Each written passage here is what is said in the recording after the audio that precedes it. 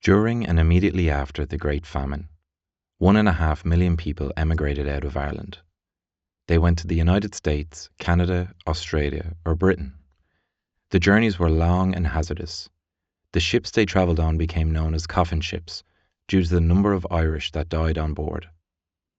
By 1900, a further 2 million had emigrated. The loss of many young people meant that the birth rate dropped.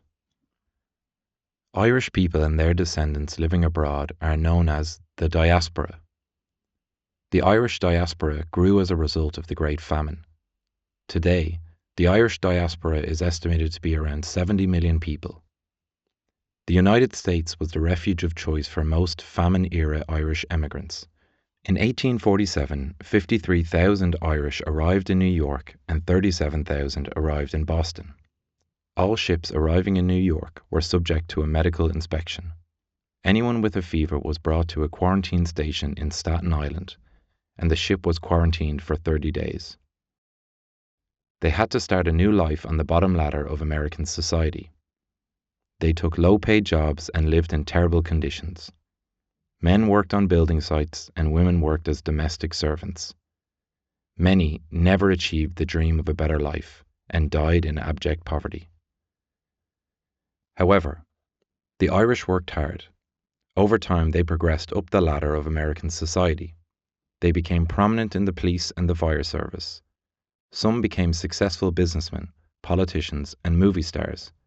With each generation, the Irish in America became more influential. Today, it is estimated that 40 million Americans are of Irish ancestry. About 100,000 Irish arrived in Canada in 1847. Fares for ships going to Canada were cheaper than those going to the US. Coffin ships arriving in Canada reported death rates of between 20 and 40%. On arrival, Irish emigrants were placed in quarantine in order to prevent the spread of disease. Some Irish died while in quarantine.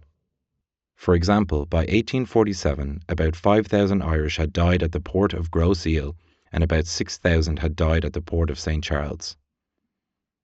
Australia was a longer and more expensive journey than going to the US or Canada. Before, during and after the Great Famine, the government transported convicts to prisons in Australia. Most decided to stay there after they had served their time. To ease overcrowding in famine workhouses, around 4,000 orphan girls aged between 14 and 20 were sometimes sent to Australia.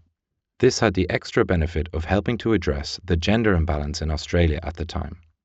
Unlike the Irish who went to North America, the death rate among orphan girls to Australia was below 1%.